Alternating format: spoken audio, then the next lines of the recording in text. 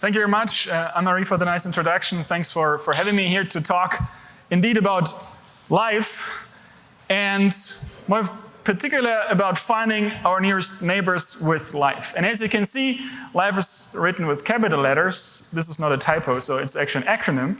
And it stands for Large Interferometer for Exoplanets, which we still believe is an awesome acronym in the context of the topic we're discussing here today. My name is Sascha Quanz. I'm from ETH in Zurich, beautiful Switzerland. If you haven't been visiting so far, please come. It's a great country and a nice town. But I'm not the only one from the Life Initiative here. We have additional, at least 3 more people here in the room. There's Mike Ireland, who is the co-lead of the technology team. We have Adrian Glauser, who is the co-lead of the instrument science team for the Life Initiative. And we have also Felix Darrant, who's one of the backbones of the Life Initiative, one of the great PhD students we have supporting our initiative. Globally, we have more than 300 colleagues interested in this. And what life is all about, I would like to talk to you in the remaining 17 minutes. This image we have seen already a couple of times, this iconic pale blue dot image from the Voyager spacecraft. And we often have heard this kind of statements. Let's search for life beyond the solar system. And we also heard about the idea that you could take a spectrum of a terrestrial planet and look for the biosignatures that have been nicely introduced by the previous speakers. And if you find those biosignatures, you can tick the box and say, yes, you can declare victory and you found it. But I'm working in the field of directly detecting extrasolar planets, and Rebecca's talk nicely showed that we have not done such a great job yet in finding all these planets by direct imaging methods. So you have to be prepared for the fact that you do all this work, but you don't find the biosignature. Then you go to the second planet and do the same. And you have to be prepared that also the second planet doesn't show you the biosignatures. Then you go to the third, the fourth, and you may get frustrated, but the longer you keep going, actually, the more you learn. And I think this is something very important. So finding it is great, but be prepared for not finding anything. And then the question is, how much do you have to spend your time looking for something until you really learn something fundamentally important? And so we would like to rephrase the question a little bit. We would like to determine the occurrence rate of life as we know it on nearby exoplanets. And this is actually a nice link to Maru's talk, where he was emphasizing the fact of life as we don't know it in the context of other types of planets. And I'm fully with you that this is an important question, but for the sake of this experiment and try to explain to you, let's stick with this here. And I would like to explain this in some more detail. There's 2 very important terms here, occurrence rate and life as we know it. So when you talk about occurrence rate, you have to define a number of planets that you deem adequate to address this question. And I don't have the time to go into the details, but it turns out that 30 to 50 planets, and if none of them shows any signs of biological activity, this is a very, very fundamentally important result, because it may indicate that life as we know it is actually rare. If you have 5, maybe you were just unlucky. But 30 to 50 becomes statistically very interesting. And the other question is life as we know it. And the way we think about it is that it has been present for giga-years timescales, so you can look at main sequence stars.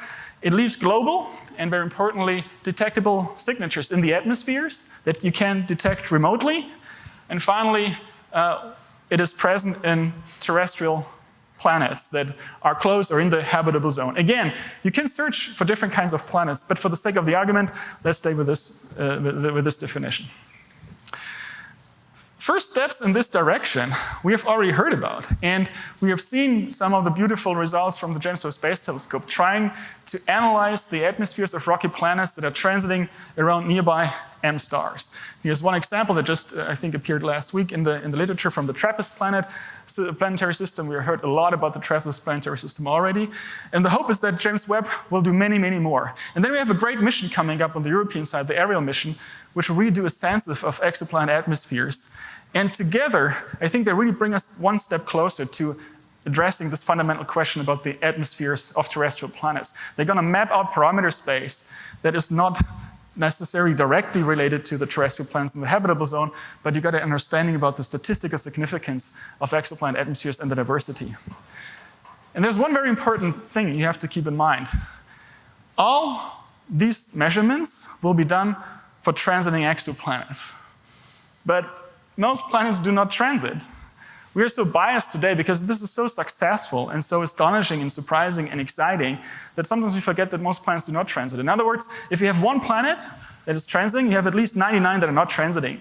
So for one planet that you observe in great detail, you're going to throw away of order 100 that you cannot investigate. So this is why we believe you have to change technology, you have to change technique, and this was already introduced by Rebecca, that you have to go for a direct imaging technique in order to make sure that also the planets that are not transiting you have access to, and you can actually analyze the spectra. And this is what the LIFE mission is set to do. So LIFE is a space-based formation flying mid-infrared null interferometer. We believe it's supposed to be in the L2 Lagrange point, and of order of 5 years of nominal mission lifetime. It will consist of 4 collector spacecraft that will all point to the same planetary system, and they're going to send the light towards the 5th spacecraft, which is a beam combiner. And in this beam combiner, you not only disperse the light, but most importantly, you combine the light from the spacecraft in a way that the stellar light, the light from the central star, gets suppressed. You heard about the coronagraphs that Rebecca was talking about from the ground. You can do similar things if you combine the light with the 4 different telescopes. And the great thing is, if you have such a configuration, you can see here the baselines between the telescopes, you provide sufficient spatial resolution that you can actually spatially resolve the planet next to its star. So you don't have to rely on the transiting planets. It will operate in mid-infrared wavelengths, as I was already saying, and if you now survey the nearest stars, you're going to get hundreds of extrasolar planets and actually dozens that are similar to Earth and Venus in our solar system. The wavelength range we choose is driven by this plot and another plot I'm going to show you in a second. It's going to be a thermal infrared mission. So you're not probing the reflected light of the planets, but you're probing the intrinsic thermal emission of the planet. And this again is different to what we heard in the previous talk. When Rebecca was talking about the ELTs, the GMT, the TMT, and the European ELT, and they talk about detecting small planets around M-type stars. This is something they aim at doing at reflected light, at short wavelengths, and optical light. Similar to the NASA Habitable World Observatory mission. This is reflected light from the star that is scattered back on the atmosphere, from the atmosphere of the planet. If you probe the intrinsic thermal emission, you learned a lot of additional things and other things from an atmosphere. And to illustrate this, I have here the atmospheres, the thermal emission spectra from the atmospheres of Venus, Earth, and Mars. And you can see that in this wavelength range, the thermal emission peaks. So this is where intrinsically they emit most of their light. And this is great because this means that if you think about the contrast between the planet and the star, this is the wavelength range you would like to operate in because it maximizes the chances of actually detecting the planet. Most importantly, in the context of looking for life, there's many absorption features, and Madhu introduced some of them already, and I have highlighted here some of them for you. So you have an oxygen tracer, ozone, that is at mid-infrared. You have methane, and this pair together is considered one of the best, most robust biosignatures that we have today. And you also have nitrous oxide. So you have a rich spectral range you can cover, and you have absorption bands for many, many, many molecules. In a recent talk that I gave, there was a journalist, and he asked something very provocative. He said, yeah, I understand this with the spectra and I understand the biosignatures, but if I want to explain to my daughter what the LIFE mission will produce, it's boring to talk about spectra. They don't understand spectra. So then I told him, well, actually, a mission like LIFE, if you have a null interferometer, you can still reconstruct the image. It's not only spectra, you can create an image. And this is something that we sometimes forget in our daily business when we talk about mission requirements and things. Here's a reconstructed image. I see it doesn't come out so well, but this is sort of a family portrait of our solar system, put it in parsec. And I think you can see Venus and Earth, and you can already see that Mars, it's more tricky. It's smaller, and it's relatively cold.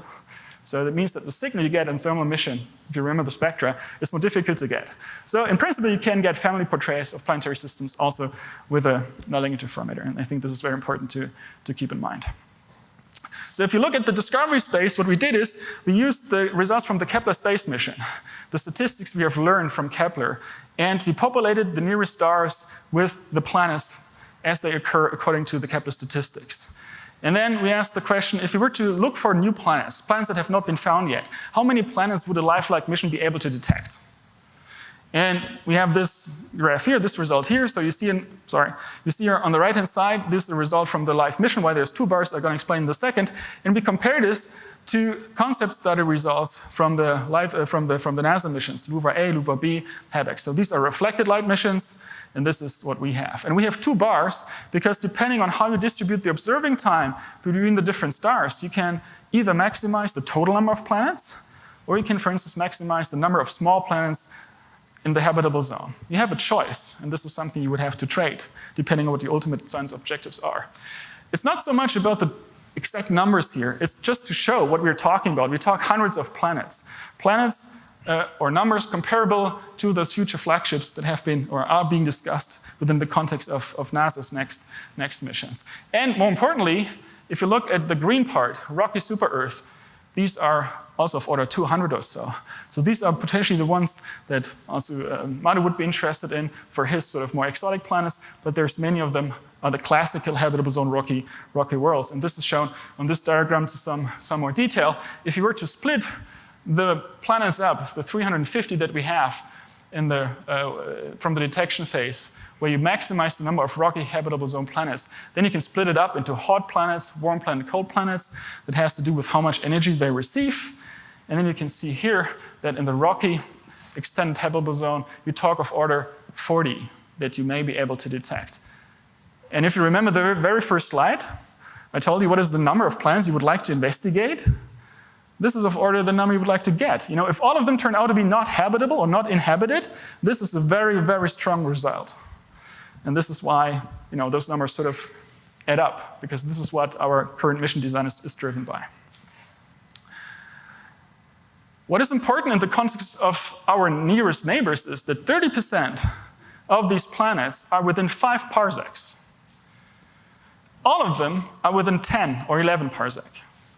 So we literally talk about discovering planets that we don't know yet and really mapping out our immediate solar neighborhood with the mission of this scope. Now, if you go away from pure simulations, if you don't only consider planets that you expect based on the statistics that we have from Kepler, but if you look at the planets that we know already about, the planets around nearby M stars, for instance, this is, and you compare it to what you would expect from a lifelike mission. This is what you would get. So you see here on the x-axis the installation. You see here the radius of the planets, and all the blue dots. These are planets within 10 parsec that we know already today. None of them is accessible with a habitable world observatory because they're too close to the star to be spatially resolved. And the contours, these are the contours, the detection, basically the detection discovery space of the life mission. You see here Earth and Venus for reference, and as you've seen in the previous plot, there's many, many small planets in the temperate regimes that you can get, and we know already many of them exist today. So if you were to launch a mission like Life, from day one, you don't only have to search for new planets, you have a target list. A list of interesting objects that you can investigate and look for the biosignatures and actually also the technosignatures. So if you were to compare reflected light and mid-infrared, there's pros and cons on both sides. So let me just give you, from our perspective, the advantages of looking at the thermal emission of a planet. So you have a more direct access to the pressure temperature structure of the atmosphere because you probe the emission that goes through the whole atmosphere, not only the part that is reflected from, for instance, the clouds or the surface. Major molecules do observe in the wavelength regime, as I've showed you. There's water, there's also CO2. You could also have collision-induced absorption here. Many of the atmospheric biosignatures have absorption features. If you measure the effective temperature of the planet, you measure the effective temperature. So you have a direct indication how warm it is. And together with the pressure temperature profile, you have access maybe even to the surface conditions, to the pressure and the temperature on the surface. And knowing the distance, and we know all the distances to the stars, you can infer the radius of the planet. And this is something truly important because you would like to know what sort of planets you're looking at. In reflected light, you have a degeneracy between the albedo of the planet and its size. In thermal emission, you don't have this. And the simulations we have done indicate that you get the radius of temperate rocky exoplanets to within 10%. And then you have a good understanding of whether you're looking at a rocky world or a gas-dominated world. Also, when you have to search for planets, we are less affected by the orbital phase. If you think reflected light, the planet goes through all the different phases during its orbit. So depending where it is, you may or you may not get it. If you look at the thermal emission, it's sort of more globally distributed, and the contrast between day and night is not so strong that you would lose the planet if it happened to be on the night, if you were to see the night side. So you find more planets, and as already mentioned, we have already access to a number of small planets that we know today from ground-based radio velocity searches. This slide was already shown, but I wanted to highlight the wavelength range of the LIFE mission. So you see here, as a function of wavelengths, the absorption cross-sections for various types of biomolecules, or molecules that are considered being good bioindicators. And you can see that, as Madhu was saying, that many of those, if not most of those, have strong absorption features in the mid-infrared. So not only ozone and methane have strong bands, but also if you were to pursue a more agnostic search for biosignatures, you have an advantage going to the mid-infrared and testing, if some of those molecules are present in nearby exoplanets. There's many more details in some of the papers that our initiative has been writing over the past 3 or 4 years. We talk about how well you can analyze an Earth twin atmosphere. We talk about if you were to analyze Earth analogs, so we take the Earth and move it back in time through different eons, where the differences between methane and oxygen was apparent, so to understand whether we can also look at different kinds of terrestrial exoplanets. We look at the sun-like stars to understand how well we can also do sun-like stars and not only the M stars. And we also look at more exotic features like phosphine, whether you can detect phosphine or not. So I invite you to go through to AstroPH and look for life in capital letters. If you go small letters, you're going to find tons of papers. Do capital letters and you find this, or go to our webpage where all these papers are also accessible. Importantly, we not only look into the scientific prospects of the mission and try to motivate why such a mission is so fundamentally important to address the questions we're all interested in, but we also start doing fundamentally important groundwork on the technology side. We got a grant to develop the measuring, or to demonstrate that the measuring principle, the Snelling interferometry, can be done with the right wavelength range under cryogenic conditions in the lab. This has never been done before, and we're very happy that we managed to secure some funding to demonstrate this, that you can, at 10 microns, achieve the sensitivity that would allow you to then say that it is also applicable to a space environment. At the moment, we're gearing up for a study, a concept study. We have seen the results from these studies here several times already during the session or during this conference. We would also like to have a live study report to understand the challenges of the overall spacecraft design and the mission concept. And we're currently preparing this. We hope to kick it off beginning of next year. And we're still looking for partners. So if you're interested in joining our efforts, you're more than welcome. Just talk to me or anyone else from the live team. And this will be fundamentally important because together with the experiment, we believe that we hope in the next 2-3 years, we could demonstrate the fundamental feasibility of a mission like this. It's not a done deal. It's like HWO. It's not a done deal, right? There's technological challenges that you have to overcome. And with these steps, we try to understand how difficult this actually is. There's other efforts related to integrated optics, low noise mid-infrared detectors, advanced formation flying that we're also pursuing, partially in partnership with other colleagues. I'm not going to talk about this in some detail, but you can see that we really try to have a staged and coordinated approach, making sure that we understand all the challenges that we have ahead of us. And with this, I would like to finish up and would like to close with a hopefully with a statement that I could hopefully convince you that a mission like LIFE, where you combine the light of different telescopes in the mid-infrared, is actually a viable way forward that allows us not only to search for life, but maybe also address the question how often life as we know it occurs in our immediate solar neighborhood. Thank you very much.